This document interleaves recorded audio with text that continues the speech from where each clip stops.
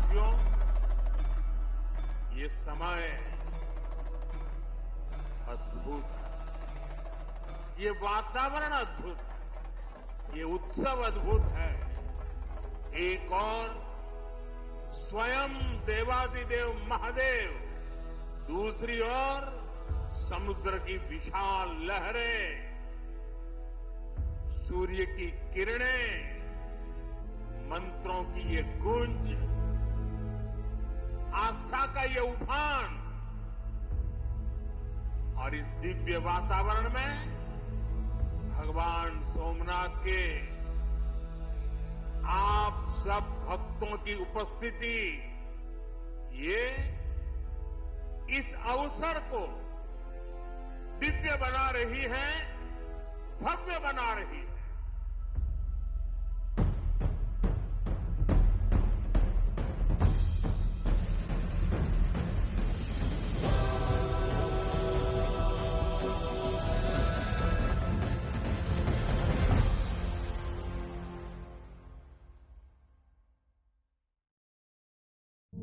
इतिहास केवल तिथियों का क्रम नहीं, सभ्यताओं की परीक्षा भूमि होता है। जब किसी संस्कृति पर आघात होता है तो केवल पत्थर नहीं टूटता, बल्कि उस संस्कृति का आत्मबल, उसकी चेतना और उसका विश्वास परखा जाता है। भारत की पवित्रतम भूमि ने यह परीक्षा असंख्य बार दी है। हर बार उसने यह सिद्ध किया कि उसकी आध्यात्मिक शक्ति किसी भी भौतिक आघात से कहीं अधिक विराट है। इसी सत्य का सबसे सजीव, सबसे मुखर और सबसे अडिग प्रतीक है सोमनाथ मंदिर।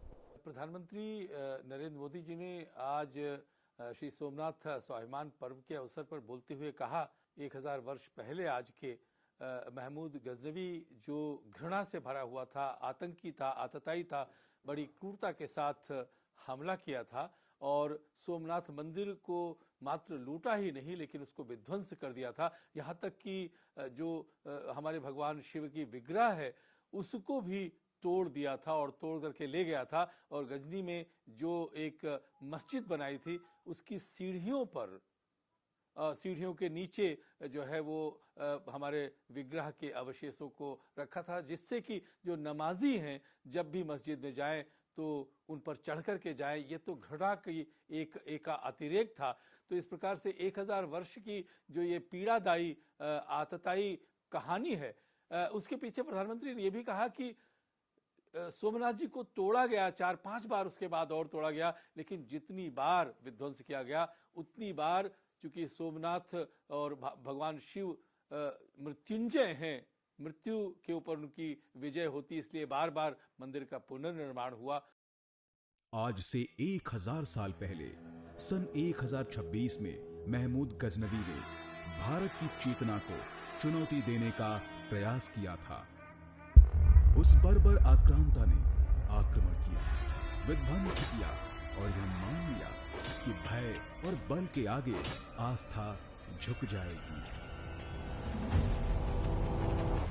आज से 1000 साल पहले सन 1026 में सबसे पहले गजनी ने सोमनाथ मंदिर को तोड़ा।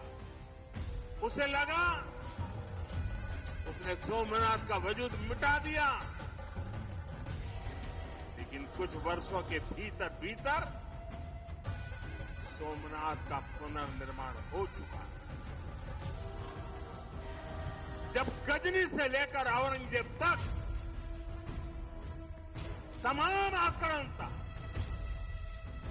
सोमनाथ पर हमला कर रहे थे, उन्हें लग रहा था कि उनकी तलवार सनातन सोमनाथ को जीत रही है। वो मजहबी कट्टरपंथी ये नहीं समझ पाए जिस सोमनाथ को वो नष्ट करना चाहते हैं, उनके नाम में ही सोम अर्थात अमृत जुड़ा हुआ है। उसमें हलाहल को पीकर भी अमर रहने का विचार जुड़ा है। उसके भीतर सदा शिव महादेव के रूप में वो चैतन्य शक्ति प्रतिष्ठित है, जो कल्याण कारक भी है और प्रचंड तांडव शिव ये शक्ति का स्रोत भी है। समय के साथ अनेक सत्ता परिवर्तन हुए, लेकिन सोमनाथ की स्मृति, उसकी चेतना और उसका स्थान जनमानस में कभी धूमिल नहीं हुआ। हर पीढ़ी ने उसे स्वाभिमान के प्रतीक के रूप में देखा। स्वतंत्र भारत में भारत के प्रथम गृह मंत्री सरदार वल्लभ भाई पटेल ने जब पुनर्निर्माण का संकल्प लिया, तब वह निर्णय केवल स्थापत्य का नहीं, मानसिक दासता से मुक्ति का उद्घोष था। हमको पता है कि जब हमें स्वतंत्रता मिली 1947 में, तो उसी वर्ष 12 नवंबर को सरदार वल्लभ भाई पटेल ने वहीं पर एक गुजरात में एक संकल्प लिया था, एक रैली में प्रण लिया था कि हमें सोमनाथ मंदिर का पुनर्निर्माण करना है। चूंकि औरंगजेब ने बहुत ही बुरी तरह से ध्वस्त करके वहां पर मस्जिद बनाई थी। सोमनाथ के मंदिर का बार बार पुनर्निर्माण हुआ है, जैसा कि 4 बड़े 5 आक्रमण हुए हैं। और उसके बाद निर्माण इसलिए हुआ चूंकि शिव जो है, बिना शिव के भारत की सभ्यता को, भारत के समाज को, भारत के जनमानस को समझ पाना बिल्कुल संभव नहीं है। इसलिए सोमनाथ के मंदिर का पुनर्निर्माण जितनी बार विध्वंस हुआ, चाहे जो लोग हो, पूरे विश्व के लोग, पूरे भारत के लोग, उन्होंने प्रयास किया है, इसका पुनर्निर्माण किया है। प्रधानमंत्री ने आज एक बात कही कि इन सबको भूल करके हमको अगले 1000 वर्ष तक ये प्रण लेना है कि भारत में विरासत से, अपने अतीत से, अपनी सभ्यता से प्रेरणा लेते हुए हमको विकास के पथ पर चलते जाना है, जिससे कि हमारी जो अर्थव्यवस्था है वो तीसरी अर्थव्यवस्था बने और एक दिन 2047 तक हमारा राष्ट्र विकसित बन जाए। यह स्पष्ट कहा गया कि यह राष्ट्र अपने अतीत से कटकर नहीं, बल्कि उससे शक्ति लेकर आगे बढ़ेगा। सोमनाथ का पुनरुत्थान इसी विचार का मूर्त रूप था। हजारों वर्षों की इस यात्रा में सोमनाथ कभी प्रतिशोध का प्रतीक नहीं बना।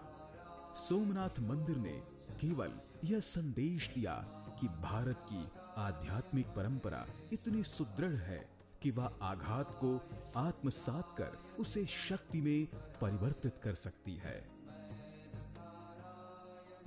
अब वर्ष 2026 में आयोजित सोमनाथ स्वाभिमान पर्व इसी ऐतिहासिक निरंतरता का आधुनिक स्वरूप है। यह आयोजन उस स्मरण का पर्व जिसने भारत को यह सिखाया कि उसकी शक्ति चेतना में है। अखंड ओंकार जप, आकाश में उकेरी गई प्रतीकात्मक आकृतियां और जन भागीदारी, यह सभी इस बात के साक्ष्य हैं कि आज का भारत अपने अतीत को प्रेरणा मानता है। हजारों वर्षों में दुनिया बदल गई, व्यवस्थाएं बदल गई, पर सोमनाथ की प्रासंगिकता समाप्त नहीं हुई।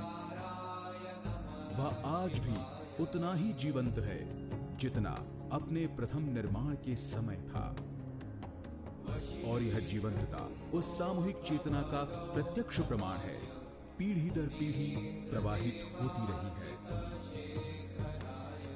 आइए सोमनाथ स्वाभिमान पर्व जैसे आयोजनों से प्रेरणा लेते हुए विकसित होने के मार्ग पर तेजी से चले। हर चुनौती को पार करते हुए हम अपने लक्ष्य तक पहुंचे। और ये कार्यक्रम आज तो शुरू हो रहा है। हमें 1000 साल का स्मरण देश के कोने कोने में करना है। दुनिया को हमारी विरासत का परिचय करवाना है। हमें 75 साल का ये नया पर्व भी मनाना है और हम 2027 मई तक इसको मनाते रहें, जन जन को जगाते रहें। जगा हुआ देश सपनों को साकार करने के लिए चलता रहे। इसी कामना के साथ एक बार फिर समस्त देशवासियों को मैं बहुत बहुत शुभकामनाएं देता हूं। हर हर महादेव, जय सोमनाथ।